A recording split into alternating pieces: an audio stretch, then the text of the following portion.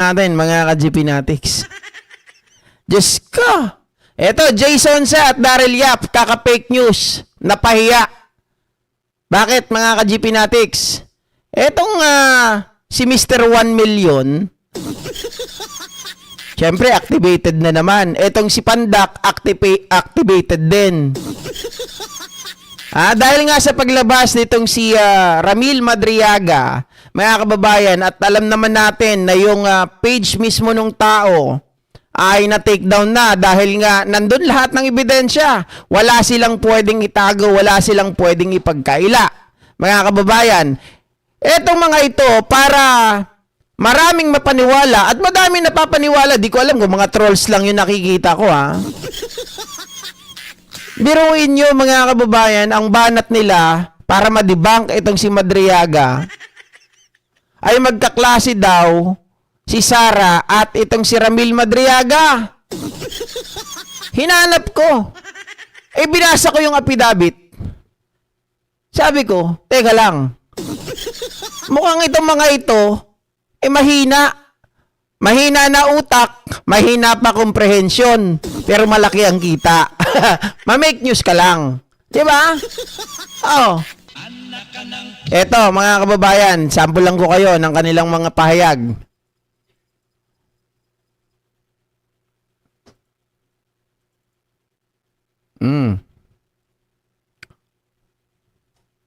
O, Pulong, mamaya ka na. Alis ka na dyan.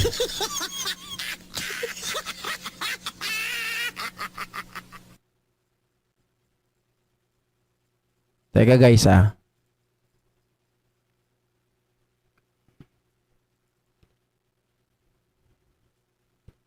Alright, so ito sabi ni Mr. 1 Million. Sumasahod ng 1 million, hindi may pagawa ang mata. Hindi may pagawa ang ngipin. Samantalang ako, mga kababayan, Diyos ko, yung pikit kong mata na ipagawa ko pa kahit papano. 1 million kada buwan yan sabi niya dito mga kababayan, classmate daw sa San Sebastian College Law School ni Ramil Madriaga si BP Sara noong 1991. Hoy, baliw! Elementary pa lang si Sara noon, sabi ni Jason Sa. Mga kababayan, ano pa? Pinapakalat nila. Sabi ni Daryl Yap, 13 years old, law school. Gagawa ni sa bagay, notarize. Ano pa? Sabi ni Daryl Yap, galingan naman natin. Yung nakuha nilang dapat manira kay Inday Sara Duterte, nakakatawa. Kaklase niya raw sa law school si Inday noong 1991. Ito si Inday noong 1991. Ayan, sinabi. Pinapakita. Ayan ang itsura ni Inday. Pangit, di ba? Mga kababayan, mukhang ulaga. Uy, grabe ka naman, GP. Hindi, syempre mga kababayan, kasama lang na narrative natin yon. Pero, hindi naman tayo ganon, di ba? Hindi man tayo ad hominem. Kaya lang, itong mga DDS, pinapakita lang talaga na syunga-syunga sila. Kasi mga kababayan, unang-una, wala naman talagang sinabi doon na magkaklase si Inday Sara maging itong si June Madriaga, Sir June Madriaga. Viewer pala natin yon, Ramil Madriaga. Kasi ang nakasaad naman dito, mga kababayan, na pahayag, ay sabi dito, educational background. Ramil Lagunoy Madriaga of legal age, Filipino, and with address at Annex 2. Yan care of Annex 2. Educational background, I took up the College of Law from 1991 to 1995 at San Sebastian College. Mga kababayan, hindi niya sinabi nakaklase niya si Sara. Wala dito I graduated in 1995 and took the bar examination the same year but did not pass. Wala siyang sinabi dito na naging kaklase niya si Sara. Tiningnan ko pa yung ibang mga pahayag, mga kababayan, na kung saan meron ba talagang sinasabi na magkaklase sila? Tingnan nyo pa. Kasi meron pa ditong mga eksena itong mga DDS na to. Wait lang. Baba ko lang to.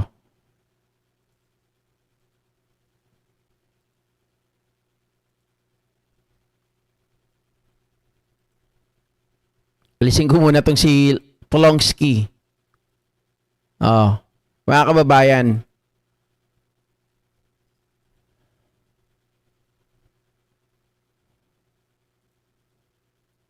Ito, oh.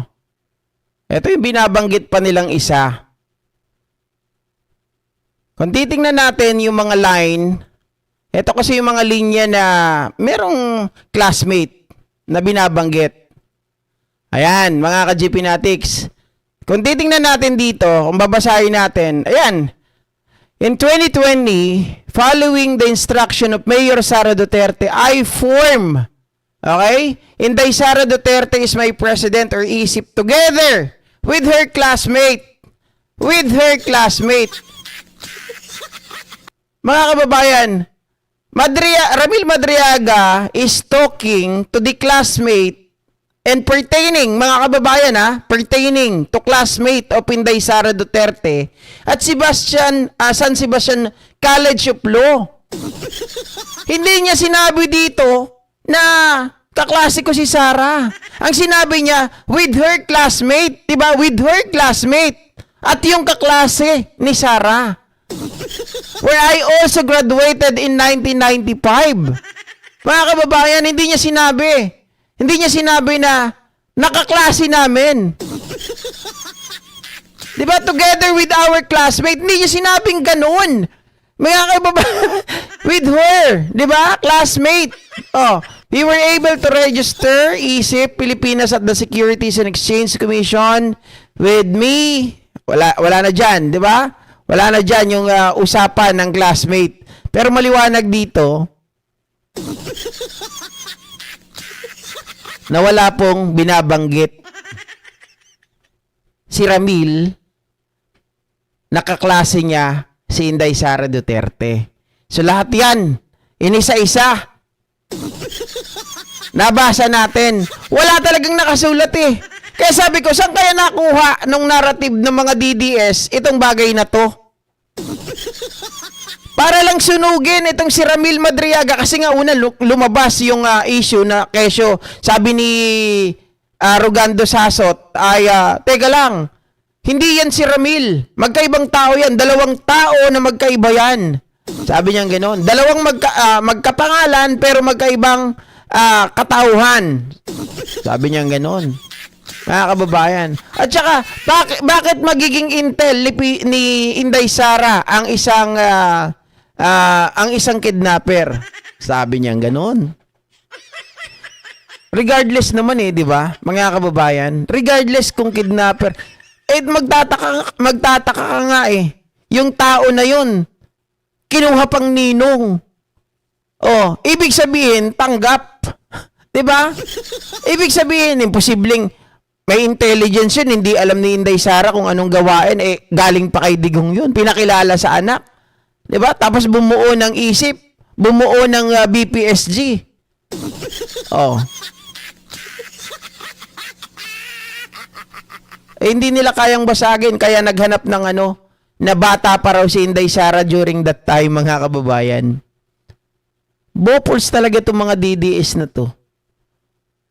Lumalabas lang talaga na mahina yung kanilang comprehension, na mahina ang mga utak, na kapag inilabas na ganito, hindi na mag-iisip, o sige, pare-parehas na tayo, sabihin natin 13 years old si BP Sara.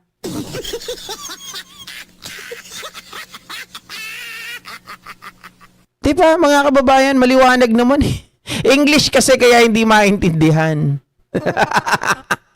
Sabi ba rito, isa-isa nang makukulong ang mga magnanakaw. Tama, nagising na po mga Pilipino. Marami silang nabudol na loyalista. Baka may mga kukuning mga pera dun sa mga bansang pupuntahan niya. Okay? Oh, sabi ni Ma'am Elizabeth na Pisa, engot. Duterte, mga mamamatay tao, sabi ni Benson. Oh, nagmagaling, palpak naman, sabi ni Ma'am Irene Santiago. Ano pa? Diba? Mga kababayan, hindi nila kayang tibagin yon. Kaya ang ginawa nila, malaking katibayan kasi itong page mismo nitong si Ramil Madriaga na yung taong nakakulong sa BJMP at itong si Sara Duterte na nakakausap niya, nabibideo call niya, ninong ng anak ni Sara Duterte, at nagtayo ng isip, ay hindi nila kayang tibagin, hindi nila kayang i-debunk. Mga kababayan, unang-una, bakit kanyo? Yung isip ay hindi lang kathang isip yon, dahil meron silang mismo na mga certificate na ibinibigay. Sabi ni Raymond Bunsayak, ni attorney, hindi raw niya kakilala etong si Ramil Madriaga. Samantalang siya mismo, mga kababayan, si attorney Raymond Bunsayak ay binigyan din ng certificate nitong ng isip. Sa panang hindi niya kilala. So, sa madaling salita, nagsinungaling din. May picture mismo na inaabot sa kanya yung certificate ng isip. Oh. Paano mo ngayon i-deny yon? 'Di ba? Ay, hindi ko yan kilala, tinanggap ko lang ganon. Ay, hindi yan si Ramil Madriaga. Yung picture na ibang tao yan, iba rin yung nakakulong. Bakit pagkakatiwalaan niya ni Sara? Yan? Kidnapper yan. Okay. Kidnapper. Pero bakit pinupuntahan? 'Di ba? Bakit pinupuntahan dis oras ng gabi?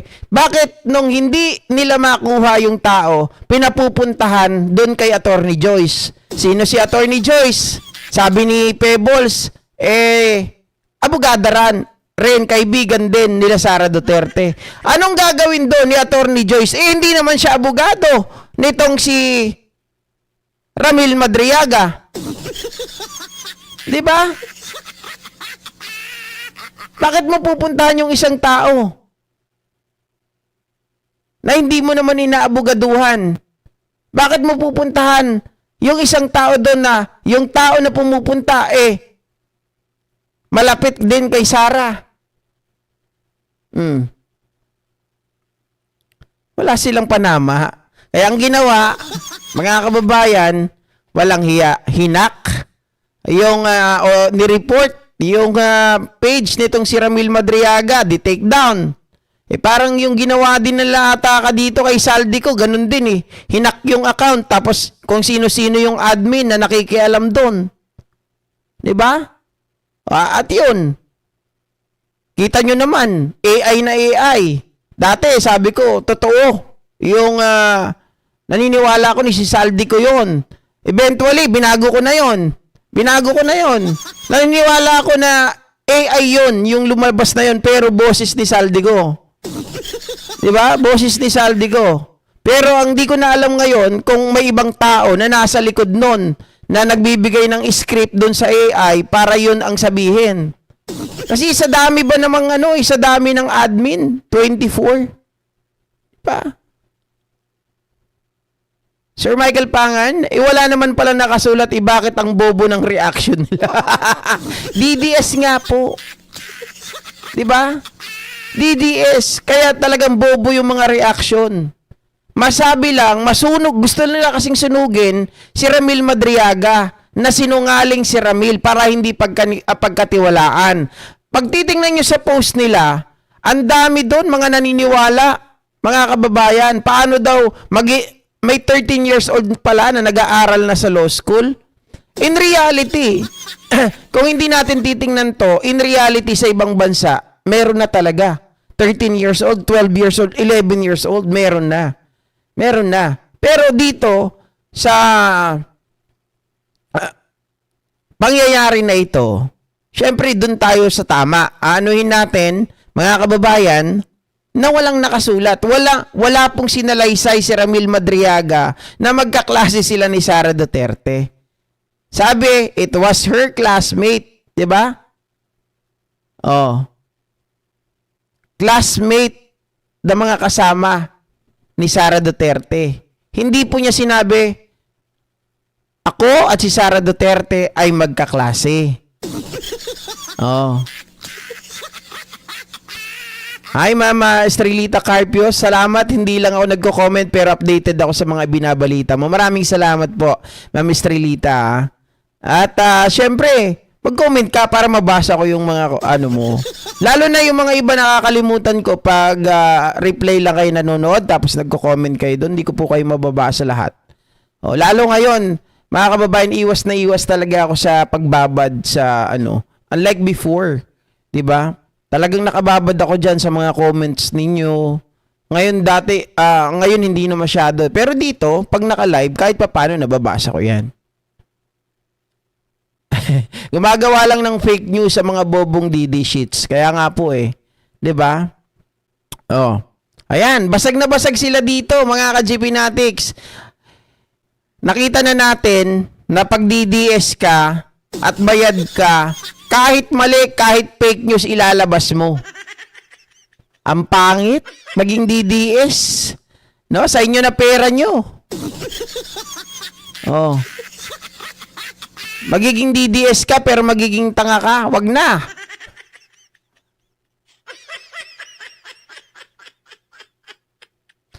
Antayin nila yung 3CP ni Madriaga na magpapatunay kay Lustay. Sa RTC may hawak doon, sila nagkamali. Kaya abangan.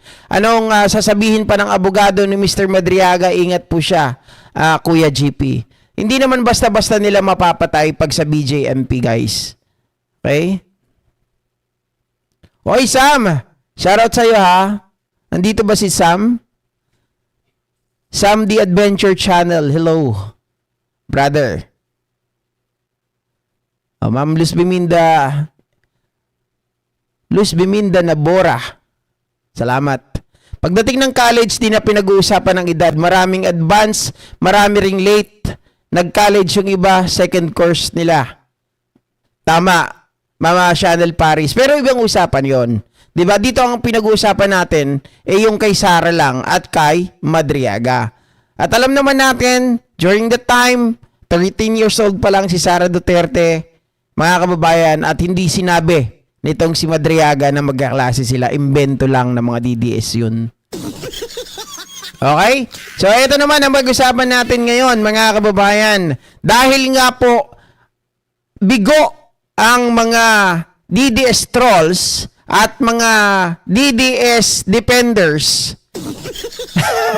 Ito, nataranta na si Sara Duterte, mga kababayan, at siya na mismo ang naglabas po ng kanyang sariling pahayag para pabulaanan di umano ang paglabas nitong si Madriaga, at ito daw ay dahil lamang sa pamumulitika. Nako, Sara, naalala ko pa yung sinabi mo, nagagawin mo ang lahat, sasabihin mo ang lahat, kahit mali, masiraan mo lang ang tao. Back to you ngayon. Diba? What's so special about DD shit? Is it worth to die for? Di ko rin po alam, Ma'am Elizabeth na Pisa eh. Pero ito na nga, pag-usapan natin itong pahayag ni BP Sara Duterte.